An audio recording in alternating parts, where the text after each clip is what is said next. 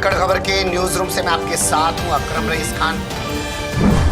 धाकड़ खबर, बेखौफ जुबान, बेबाक अंदाज।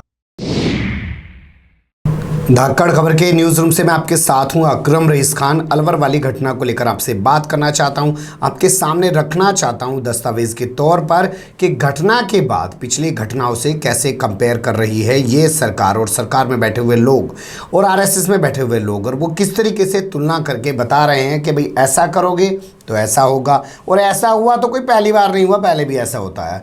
ये सोच जब तक ये लोगों के सामने रखते रहेंगे तब तक ये अपनी जिम्मेदारी से भागते रहेंगे। आपको क्या लगता है ये चीज़ें रुक पाएंगे? नहीं रुक पाएंगे। किसी के यहाँ चोरी हो, अरे क्या हुआ तेरे यहाँ चोरी हो गई, ये तो हमेशा से सबके यहाँ होती आ रही है, नॉर्मल कर दिया गया है चीज़ों को। चोरी आज एक ऐसा अपराध बन गया है, पुलिस उसको अपराध ही नहीं मानती है। कितने मुकदमे दर्ज हुए। लूट के मामले में ज़रूर पुलिस भागती हुई दिखाई देती है, लेकिन चोरी के किसी मामले में पुलिस कोई सिरदर्दी नहीं लेती है। उसे लगता है अरे घर खाली छोड़ के चले गए, हम क्या करें, चोरी होगी। तो ऐसा ही कुछ परसेप्शन ये सरकार बना रही है, आरएसएस बना रही है। मैं आपके सामने इनके नेताओं के बयान रखूंगा और आपको लगेगा, एहसास हो जाएगा कि वो किस तरीके से पूरे मामले में एक परसेप्शन गढ़ने की कोशिश कर रहे हैं कि ये कोई नया मामला नहीं। जबकि जो दस्तावेज हैं वो बताते हैं कि 2018 के भी शुरू के जो 6 महीने हैं उसमें 33 लोगों की लिंचिंग के द्वारा हत्या की जा चुकी है। और जब से ये सरकार सत्ता में है 2010 से लेके 2014 तक सिर्फ 3 घटनाएं देश के अंदर हुई थी। और जब से 2014 से लेके जब आज 2018 तक ये सत्ता में है, 4 साल 2 महीने के दौरान 97% वारदातें बढ़ी हैं, इन्हीं के शासनकाल में हुई हैं। और ये कह रहे हैं कि पहले से होती आ रही हैं। तो शुरुआत करते हैं खबर की। पहले आपके सामने अलवर की घटना का ताज़ा अपडेट रख देता हूँ। तो ताज़ा अपडेट ये है कि जो दरोगा है उसको सस्पेंड कर दिया गया और 3 सिपाहियों को लाइनाजिर कर दिया गया। बताया उन्होंने लापरवाही बरती। 3 घंटे लगे उनको, 3 घंटे से भी ज़्यादा का समय लगा उनको 4 किलोमीटर का सफ़र तय करने में और रकबर उर्फ अकबर को अस्पताल ले जाने में। तो दूसरी चीज़ ये निकल के आ रही है कि पीएम रिपोर्ट में खुलासा हुआ है कि पैर और हाथ की हड्डियां टूटी हुई थी रकबर की, और उसके शरीर पे दर्जन भर से ज़्यादा चोटों की गंभीर निशान थे। ये ताज़ा अपडेट आ रहा है और जांच चल रही है। 3 मुल्जिमान को गिरफ्तार कर लिया गया है, 5 मुल्जिमान कुल बताए जा रहे हैं। हालांकि लोग सवाल खड़े कर रहे हैं कि मुल्जिमान और भी ज़्यादा हैं। जो मैं उस समाज से ताल्लुक़ रखने वाले लोग हैं वो तो सवाल खड़ा कर रहे हैं नवल किशोर शर्मा पर, जो खुद को वीएचपी का नेता बता रहा है, गोरक्षा का वो बता रहा है, लीडर अपने आप को गोरक्षक बता रहा है। वो कह रहे हैं कि इसी ने सारा षड्यंत्र रचा है और इसी ने सब कुछ किया है। इसकी मोबाइल की लोकेशन के आधार पर इसकी जाँच की जानी चाहिए। यही अब अपने लोगों को बचाने के लिए पुलिस पर सवाल खड़ा कर रहा है। तो इसमें पुलिस भी शामिल है और सब कुछ शामिल है। इसकी सीबीआई जांच होनी चाहिए, कांग्रेस भी यही कह रही है, लेकिन होता कुछ दिखाई नहीं दे रहा है क्योंकि उसका परसेप्शन बदला जा रहा है। तो चलते हैं परसेप्शन बदलने की कोशिश जो की जा रही है उसकी तरफ।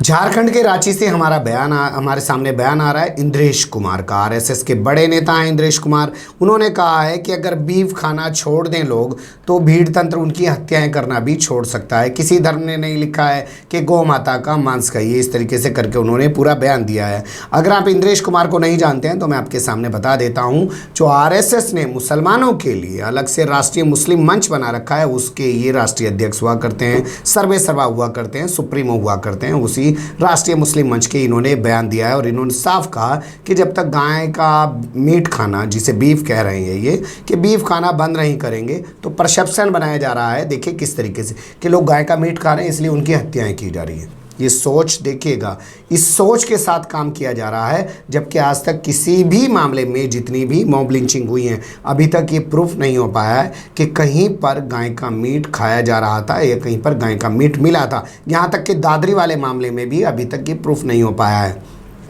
जो पता चला था कि वो गाय का मीट नहीं था, जो मथुरा की फॉरेंसिक लैब से जो रिपोर्ट आई थी वो बताते हैं मीडिया रिपोर्ट के अनुसार। दूसरा बयान देख लीजिए देश के गृह मंत्री राजनाथ सिंह का। आज उन्होंने 24 जुलाई को पार्लियामेंट में फिर से वही रटा रटाया अपना 3 दिन पुराना बयान दिया और उन्होंने कहा देखिए लिंचिंग की वारदातें पहले से होती आ रही हैं, अभी नहीं हुई हैं, और सबसे बड़ा लिंचिंग का मामला तो 1984 में हुआ था। देखिए देश के गृह मंत्री हैं, शर्म नहीं आती है, लेकिन क्या कहें क्योंकि नफरतें बेचनी हैं, कंपैरिजन करना है। 2002 में क्या हुआ था जी गुजरात में? अगर 1994 की बात कर रहे हो, तमाम तरीके की बात कर रहे हो तो उसको भी बताओ ना 2002 में क्या हुआ था। और 2002 के पीड़ित आज भी घूम रहे हैं। वो 1984 से कंपेयर कर रहे हो उस चीज़ को।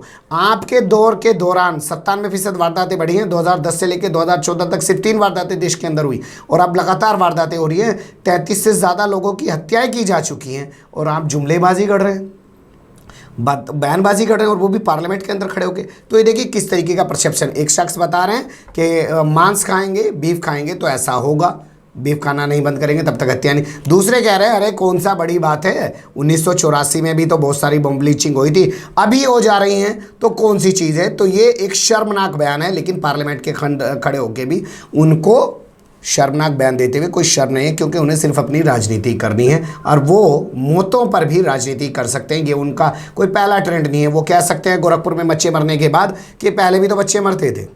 उनका ये कोई नया बयान नहीं है।